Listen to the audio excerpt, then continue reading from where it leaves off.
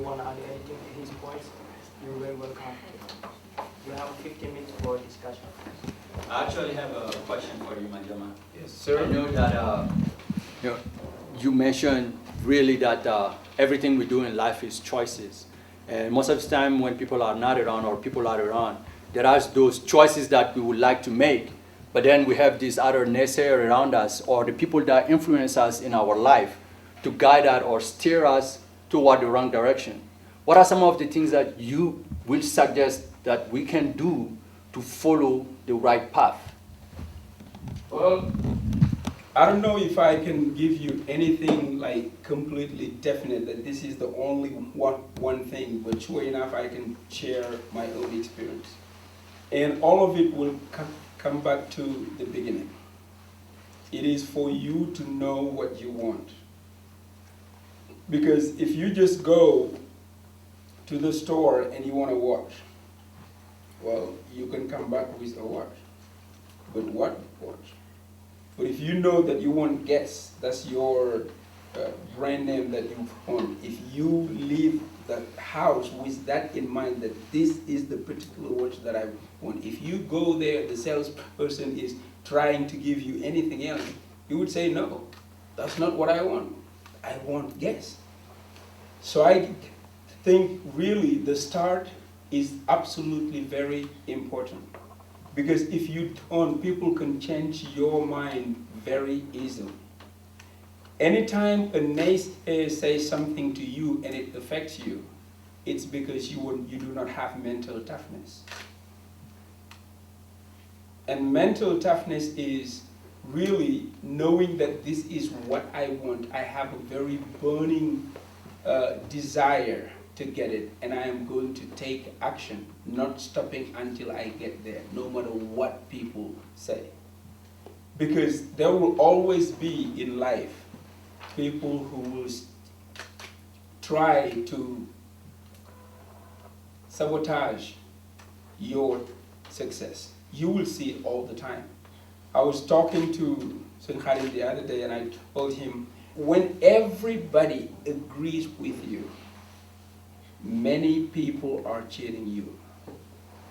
They just like tell you this, but that's not what they actually believe. They will go around and say some other things behind your back. You just have to have mental toughness. Whatever happens, I know this is what I want. It can be called many names. People will call you, this guy is hard-headed, he's stubborn, he's this, he's that. No, he just knows what he wants. And I see this in my own kids. My young son, 4-year-old, today we went to the store to buy a toy. He knew exactly what type of toy he wanted. I think it is called Heat Wave. I don't know anything about the Transformers and stuff, but it is something that he wanted. When we went to the store, we looked and whatever I picked, said, no, Daddy, I want the Heat Wave. I said, please, can you just buy this and next time, well, I'll take it, but I still want the Heat Wave. He's 4-year-old, he's 4. He said, I'll take it, but I still want the Heat Wave. You taught him well. Well, guess what? I didn't even teach him that. But what it is that like when we are young, that's what I was saying earlier, that we are all born with that potential. It is society who transforms us as we grow up. We were all like that. We were all like that. We were determined. When a kid wants something, he will not let you be until you give that thing to him or her. We were all like that. But as we grow, our parents tell us, you can't have this, no, you can't do that. We receive so many can'ts that at the end we just give up. But what he did, maybe I was exactly like that when I was his age.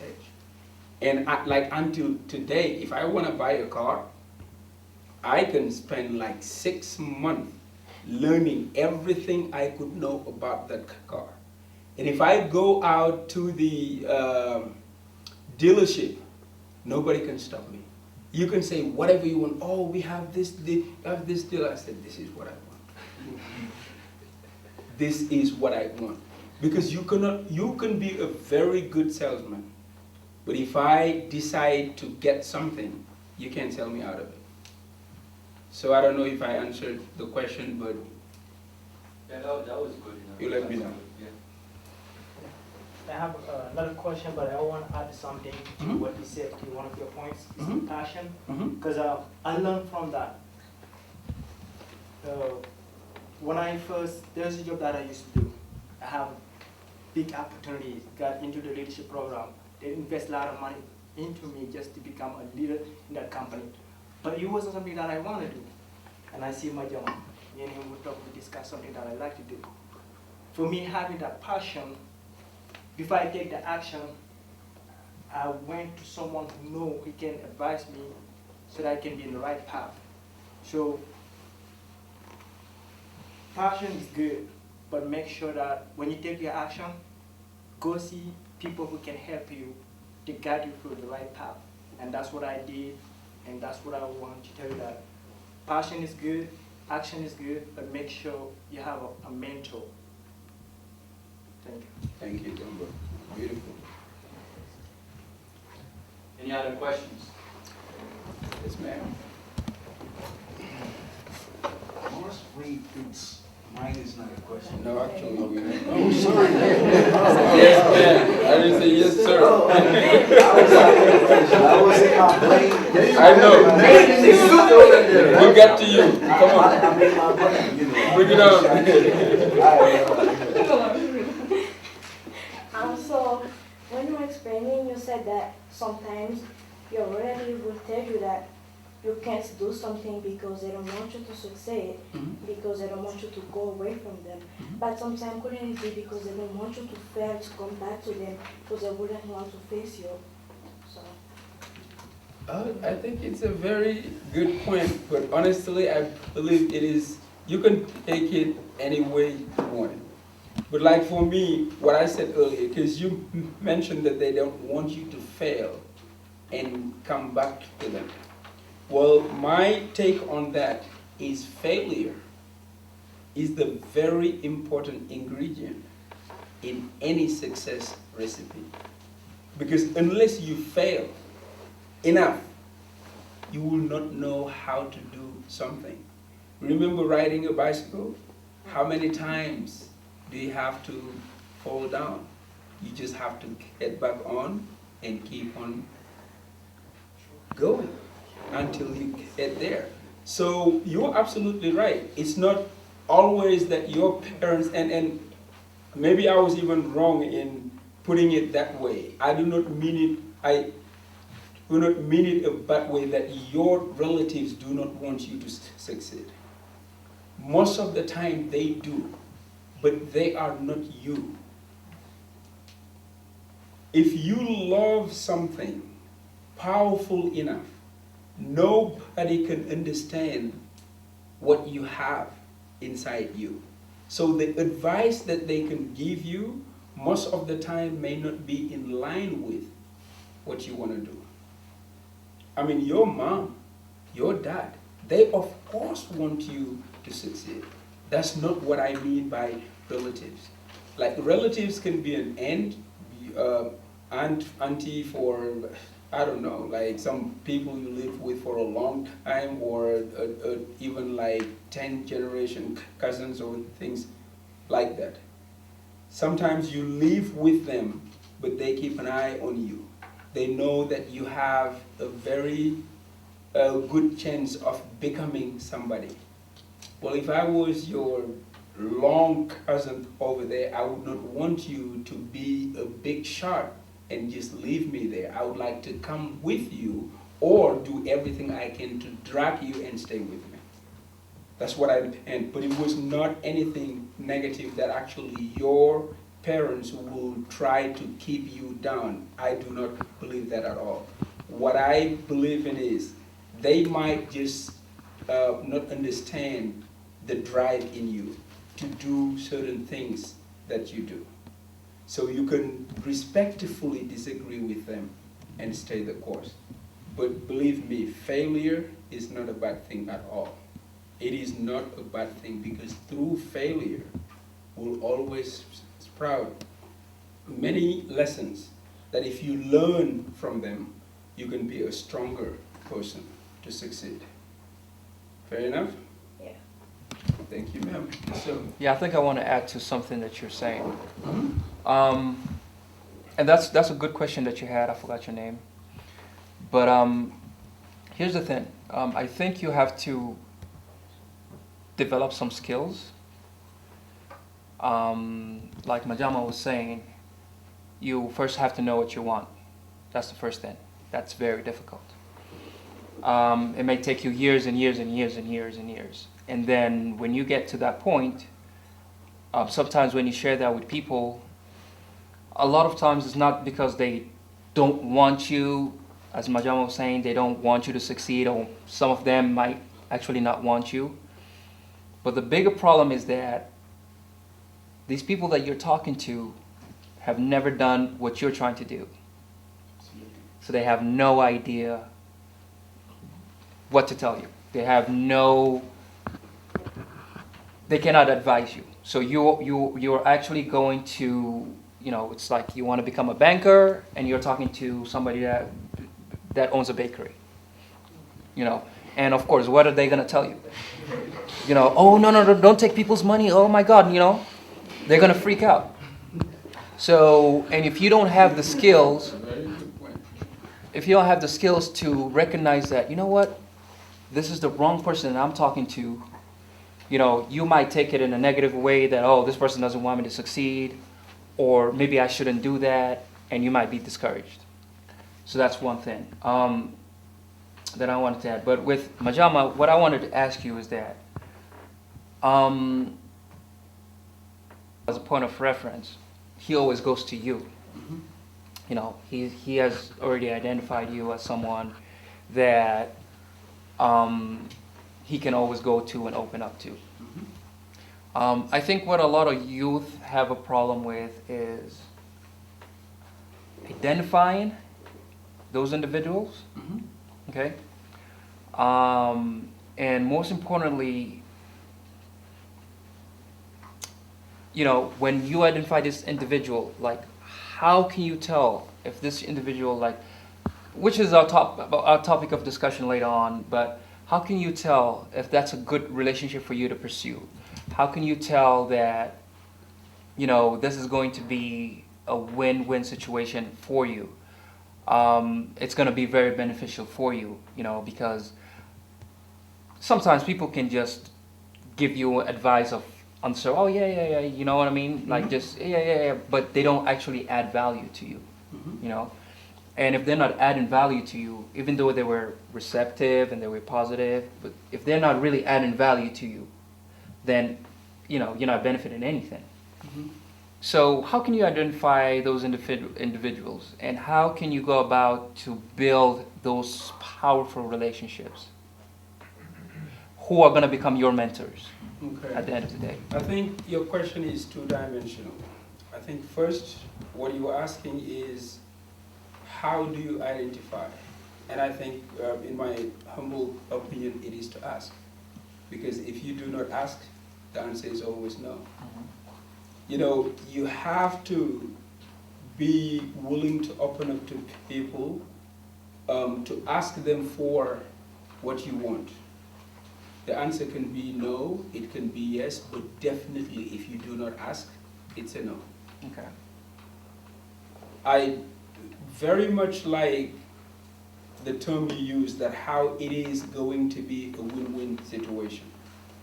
For me, that's really crucial. Everything you do in life has to be win-win. If it is not win-win, it won't going to last at all.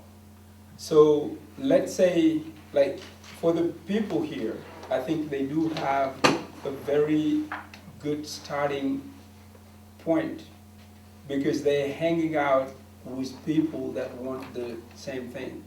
Now, Bamba knows me because we share a lot of stuff. It is just not being here together spiritually, culturally.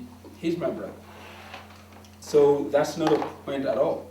But honestly, if anybody in this room wanted to work with me on a monthly basis or on a weekly basis, all you have to do is to ask. And I know a lot of other people who will come to speak to you will be willing to do the same thing. Because it is my personal belief that whatever we do, we're just paying forward. What I'm doing for you today, I attended so many conferences that other people came over there to do for us. So this is nothing special. I'm just paying it forward.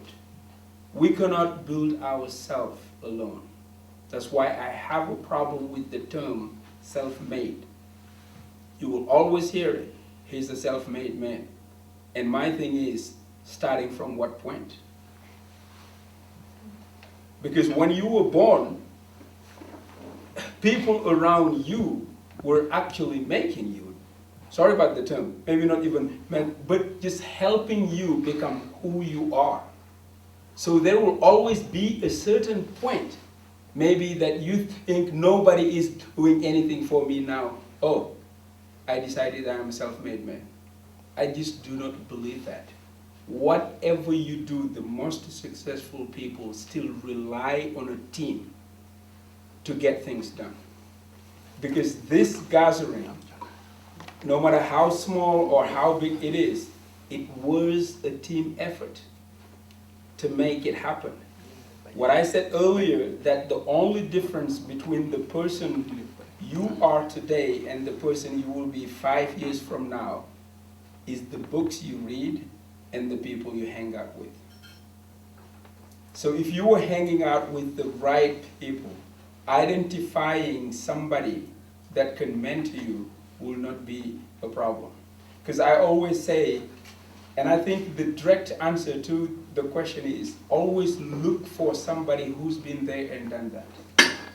Whatever you want to do, there will always have to be somebody who's been there, done that. That's how you identify them. You want to become a personal banker? Go talk to Papadia. He's been there, he's done that. If you want to start a new business, and work on your own business, come to me. I've been there, done that. I'm not successful yet. I always have to put that term. Yes, but I know I will be. It is a very strong desire that I have, and I will not stay until I am. So I know I'll be very successful, God willing. I just know that because it isn't here. So identifying the people who will become your mentor, as I said earlier, and I will repeat it again, is to look, just as you said earlier, because you started with the point of really trying to know what you want. It comes again, because if I know that I want to become this, and I know in my community there is already somebody who's who did it and who's very successful at it, the only thing I need to do is go ask them. When you ask them, what you said earlier is very important. It has to be a win-win situation. Be willing to do something for them in return, because they are mentoring you, they're spending their time and their knowledge on you. I should not say even spend. They're investing their time and their knowledge in you. Be willing to do something for them. Let's say, you can run errands for them. You could always ask for something that you can do. That will make it a win-win situation. But if you go to somebody and said, I would like to become like you, or I would like to be successful as you, and yet there is nothing that I'm willing to give in return, I guess it won't be a win-win situation. I don't know if it's clear. Okay. We're going to take one last question. Yes, sir. So, I'd like to get back on relating. Okay. I personally found myself in a few situations where... And let me add something to that before we start, please, Mike, because this is typically Africans, we rely on relatives Yeah. very much so. That's why everybody is just like talking about the relative things. I got it. Okay. Go ahead. So now this is, you know, and every time you get into the situation, my view is I see 3 points. First, I see fear, Mhm. and talking about fear, it's a very contagious fear. The fear for people around you not to see you fail. Mhm. It's really contagious. Mhm. Because every time they speak out and that you feel that fear, it comes right into you. Mhm. And the second thing I see is the difference of position. By difference of position, I come back to Amir's point, which is you cannot ask somebody who owns a bakery how to bake. No, you can't do that. And the third thing, which I see as more important, Mhm. that it's not the fact, you know, there's always people that want you to be successful, but it depends on what success means to each or another. I think that makes the difference into that communication with relatives. For somebody, success must mean make money. Some others, it's a legacy. It depends on how you feel about success. And most of the time, it creates a misunderstanding between relatives and co. It's really easy to just see that, oh, this person doesn't want me to be successful.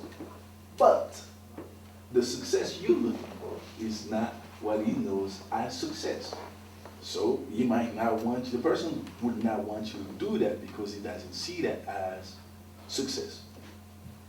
And I also have a small question. Go right ahead, sir. Very powerful. Yeah. My question is, most of the time, when you make a choice, most choices have long-term results. Mhm. And how to justify or how to make sure that the choices I'm making now are going to be, you know, I'm going to gain something out of it. How to make sure that my choices are not the wrong one, or if they're the right one, how to keep them consistent. That is my question. You are a very powerful young man. I am delighted just to listen to you. You know, but I'll maybe start with the first point that you mentioned, fear. What is really fear? Just as I said earlier about luck, fear stands for false evidence appearing real. Say that again. False evidence appearing real is fear. It is not something I invented. So I told you, I'm a reader. So everything I share with you tonight is something that I read somewhere. You know, but that's how we become smart, honestly. So fear being false evidence appearing real, it says it all. When you start to do something, most of the time you will create evidences that this will go wrong, or I'm not the right person to do this, or I am that, I'm that. That would keep you down. And what's really interesting is that most of the time, a lot of things that we fear never happens anyway. Most of the time, the things that we do fear do not just happen. You raised a very interesting point when you say, how can I make sure that the choices I make would be fruitful in the future? Well, unless you are God, you don't know. But there is something you can do about it. What I share with you tonight is 7 points. If you really line those things up, definitely it will be your guards. Don't be afraid of failing, because it is part of the game. One thing I know most of the time when some people are afraid of something, I said, what is the worst that could happen? What is the worst that could happen to you right now? And personally, the answer I always give is death. Could we escape death? So then nothing else matters. If we know that we are all going to die, and that is the worst thing that could happen to us, whatever else comes up, we should be able to handle it. It is just my humble opinion. And that's how I live my life. I'm just not afraid of anything. Because I know nothing will happen to me without God's willing. No matter what people say or what they do, nobody can do anything to me to harm me without His permission. So why do I have to be afraid of anything at all? If I'm afraid that I will fail at something, it's because I do not understand what failure means. Failure is the stepping stone to my success.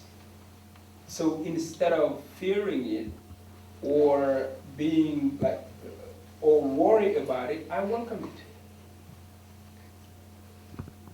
How do we fail successfully? I mentioned it earlier. It is by really taking that failure and analyzing it and try to learn what went wrong where. Once you discover that, that failure is the stepping stone for you. So for me, there is absolutely nothing we should fear, because ultimately we will all be gone. And that's the only thing that can happen to us, and we can't do anything about it. But right now, if I get fired or I lose a contract or anything, I have a choice to make there. I can choose to be miserable about it, whine about it, or I can choose to take it. Well, for me to get something new, I have to let something go. So that's just how I analyze it. Whatever I lose, it is an opportunity for me to get something bigger and better. That's my mentality. And I think it goes a long way. You have to be able to have a positive mental attitude, PMA. And that is a choice. No matter what the situation is, you can always make a choice.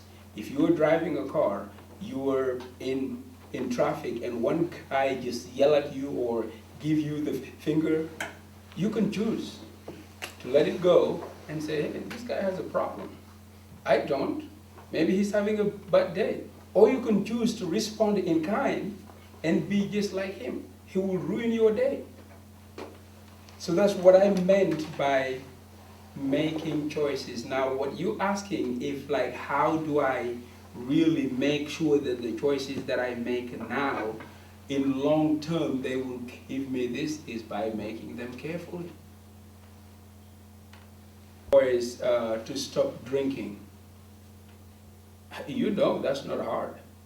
It is a choice that you make. The end result is guaranteed. And most choices maybe are just like that. What goes around comes around. Now you have to be really conscious about that in order to do it. That's all I have for you, brother.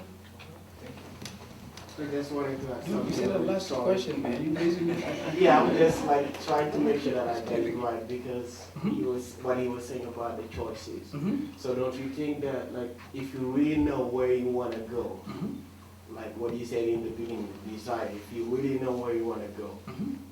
when you're making the choice, Mm-hmm. right there, once you know if this is going to hurt you, or is it going to be like helping you, like if you really know where you try to go, like let's say, as the example you gave, like you want to stop drinking or you want to quit drinking or something. So, like making a choice, today is Saturday night, staying home and going hang out with his friends that have lived. Like, it's like, I mean, it's just like an example I'm giving. So, isn't it that like for you to know that you're making the right choice, it always has to fall into like whatever you wanted to do at the beginning. If you really know what you want to do and you're making a decision and you remember this is what I wanted to do, from there, can you say exactly that this is going to benefit me or is it going to hurt me? I think you're absolutely right. I mean, we are on the same page on that. We almost saying the same thing, all of us. That we getting out from here, I think the takeout would certainly be a clear sense of direction. Is always at the basis of all success. You know, coming up to the choice thing, when the economy goes really bad, there is a recession. There is also a choice to be made over there. You can choose to participate. What everybody's saying, you're watching the news and they tell you, man, the economy is bad. You can choose to believe that. Or you can choose to know that you have your own economy. That word economy, for me, it was created to control people's habit and behavior and all of that. If the economy is booming and you cannot pay your rent, you cannot put food on the table, is really the economy booming for you? So you do have your own economy. So that's the reason why personally, when they talk about recessions and all of that, I refuse to participate. I just refuse. I live the same way that I was living before, paying my bills, doing everything else, because it is not changing at all. Well, you might lose one contract here, you might lose this. That would have happened anyway, even in a very thriving economy. I'm not an economist, so don't take my word for the gospel here. But what I know is what I know. I know that I know that I know. That honestly, when they talk about the economy and stuff, I know that I have my own economy. If I can pay my bills, pay my mortgage, my car notes and all of that and save a little bit of money, my economy is good. Because if everybody else, they're making millions and everything, and I really do not have anything of that, why do I choose to participate in their, I don't know how to say it, in their talk? You see what I'm saying? So for me, honestly, it all comes down to what we all agreed on today. We have to know what we want. We have to have a burning desire to get it. We have to stay focused until we get it. We have to treat people as we would have them treat us. We have to be consistent at it. We have to go the extra mile. I mean, all of these are just ideas. I know today when you guys go home, you can take one idea and write a lot about it. And the next time you can come and do a presentation here.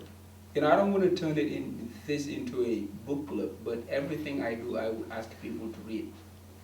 Because I know it's powerful. Some people will say knowledge is power. But I believe that knowledge is potential power. You can know a lot, but if you don't do anything with it, it won't take you anywhere. So only the knowledge cannot be power, it is potential power.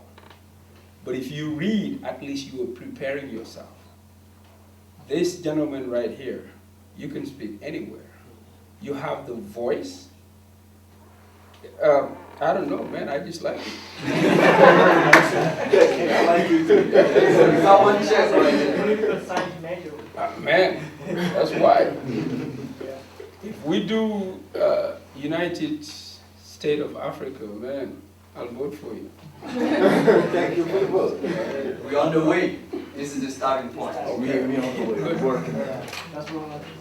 And there will not be enough to speak with my journal, but he got to go to the airport to drop someone. And we would like everyone to stand up and give a big applause to my journal. Okay, run out. Let's give ourselves, everybody. Thank you very much.